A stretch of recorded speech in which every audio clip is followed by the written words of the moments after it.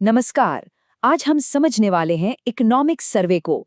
आसान भाषा में कहें तो ये हमारे देश का सालाना रिपोर्ट कार्ड है। ये हर साल नए बजट के आने से ठीक पहले पेश किया जाता है। तो चलिए इसे थोड़ा और करीब से जानते हैं। बिल्कुल करना चाहिए। सोचिए, जैसे घर में होता है ना कि कहीं घूमने जाने के लिए पैसे मिले तो वापस आकर हिसाब देना पड़ता है कि भाई पैसे कहाँ कहाँ खर्च हुए। बस ठीक वैसे ही सरकार को भी जनता के पैसों का हिसाब देना होता है, और इकोनॉमिक सर्वे वो ही हिसाब किताब है। तो आज के इस सफर में हम क्या क्या देखने वाले हैं। सबसे पहले जानेंगे कि ये हिसाब किताब की किताब है क्या। फिर इसकी थोड़ी मुश्किल भाषा को आसान बनाएंगे। भारत की रिपोर्ट कार्ड पर नजर डालेंगे। आगे की चुनौतियां क्या है वो समझेंगे। और हाँ, सबसे जरूरी बात, स्टूडेंट्स के लिए ये क्यों किसी खजाने से कम नहीं है। तो चलिए शुरू करते हैं पहले पड़ाव से। ये राष्ट्र का हिसाब किताब आखिर है क्या? ये इकोनॉमिक सर्वे कौन तैयार करता है इसे, और क्यों इस पर इतनी बातें होती हैं?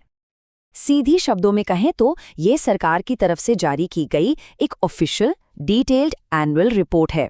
ये पिछले एक साल में देश की इकोनॉमिक हेल्थ का पूरा लेखा जोखा होता है। मतलब अर्थव्यवस्था का एक तरह से पूरा एक्सरे कि कहाँ अच्छा किया, कहाँ सुधार की गुंजाइश है। अच्छा, तो ये बनाता कौन है, ये जानना भी जरूरी है। देखिए, इसे तैयार करती है फाइनेंस मिनिस्ट्री, उसके अंदर डिपार्टमेंट ऑफ इकोनॉमिक अफेयर्स और फिर उसका इकोनॉमिक डिवीजन। और इसे पेश करते हैं देश के चीफ इकोनॉमिक एडवाइजर यानी CEA। तो मतलब ये जो जानकारी है ना, वो एकदम पक्की और ऑफिशियल है। चलिए अब आते हैं दूसरे हिस्से पर, सर्वे की भाषा को समझना। क्योंकि इसमें कुछ ऐसे टर्म्स होते हैं जो बार बार आते हैं। अगर ये समझ आ गए तो पूरा सर्वे मक्खन की तरह समझ आ जाएगा। सबसे पहला और सबसे इम्पॉर्टेंट टर्म है GDP यानी ग्रॉस डोमेस्टिक प्रोडक्ट। अब ये क्या है? एकदम आसान भाषा में समझें तो एक साल के अंदर हमारे देश की सीमाओं के भीतर जितना भी सामान बना और जितनी भी सर्विसेज दी गईं, उनकी टोटल वैल्यू को GDP कहते हैं। ये समझ लीजिए कि ये देश की इकोनॉमिक हेल्थ का थर्मोमीटर है। अब GDP में भी दो चीजें होती हैं, रियल GDP और नॉमिनल GDP। इनमें फर्क समझना बहुत जरूरी है।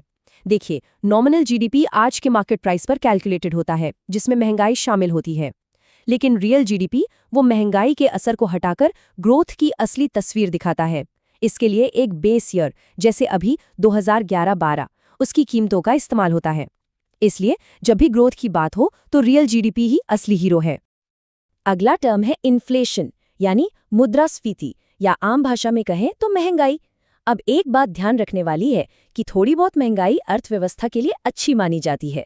RBI का टारगेट रहता है कि इसे 2% से 6% के बीच रखा जाए। ये एक हेल्दी इकोनॉमी का साइन है। फिर आता है फिस्कल डेफिसिट यानी राजकोषीय घाटा। इसका हिसाब बहुत सीधा है, आमदनी 98, खर्चा रुपया। जब सरकार का खर्चा उसकी कमाई से ज्यादा हो जाता है तो जो अंतर आता है उसे ही फिस्कल डेफिसिट कहते हैं। मतलब सरकार को कितना उधार लेना पड़ रहा है अपना काम चलाने के लिए। तो अब जब हम जरूरी टर्म्स समझ चुके हैं तो चलिए सीधा चलते हैं भारत के रिपोर्ट कार्ड पर। देखते हैं कि इस साल के सर्वे में हमारे देश ने किन किन सब्जेक्ट्स में टॉप किया है। और ये है हेडलाइन, रियल GDP ग्रोथ रही है 7.4%। ये नंबर बहुत बड़ा है, क्योंकि इसका मतलब है कि जब पूरी दुनिया में इकोनॉमिक स्लोडाउन की बातें हो रही हैं, तब भी भारत दुनिया की सबसे तेजी से बढ़ने वाली मेजर इकोनॉमीज में से एक बना हुआ है। ये वाकई में एक बड़ी अचीवमेंट है।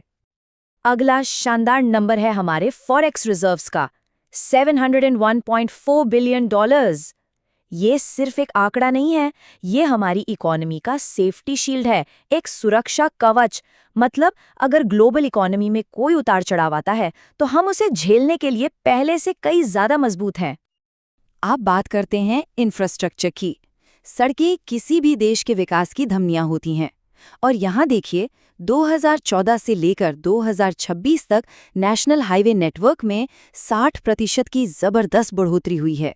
ये सिर्फ सड़कें नहीं हैं, ये व्यापार को, लोगों को और तरक्की को जोड़ने वाले हाई स्पीड कॉरिडोर्स हैं। रोजगार के मोर्चे पर क्या हाल है? सर्वे के मुताबिक 15 साल और उससे ज्यादा उम्र के 56.2 करोड़ लोग एम्प्लॉयमेंट में थे। ये आंकड़ा हमें बताता है कि देश के लेबर मार्केट की स्थिति कैसी है। और एक और बड़ी कामयाबी मिली है महंगाई को काबू में रखने में। इन्फ्लेशन को आरबीआई की टारगेट रेंज यानी 4% ±2% उसी के अंदर रखा गया है।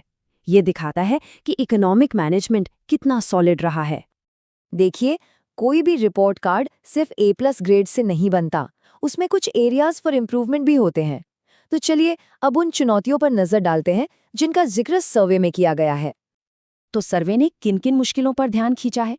इसमें शामिल है बढ़ता हुआ मोटापा, डिजिटल लत से जुड़ी मेंटल हेल्थ की चिंताएं, राज्यों द्वारा दी जाने वाली फ्रीबीज या मुफ्त की रेवड़ियों से सरकारी खजाने पर बढ़ता बोझ और टेक्नोलॉजी ड्रिवन इनिशिएटिव्स की जरूरत। ये कुछ बड़े चैलेंजेस हैं। और जब हम इन चुनौतियों के आंकड़ों को देखते हैं तो बात और सीरियस हो जाती है। देखिए, 15 से 49 साल के एज ग्रुप में करीब 24% महिलाएं और 23% पुरुष ओवरवेट हैं। ये एक बड़ी पब्लिक हेल्थ कंसर्न है। वहीं दूसरी तरफ राज्यों के बजट का करीब 8% हिस्सा फ्रीबीज पर खर्च हो रहा है।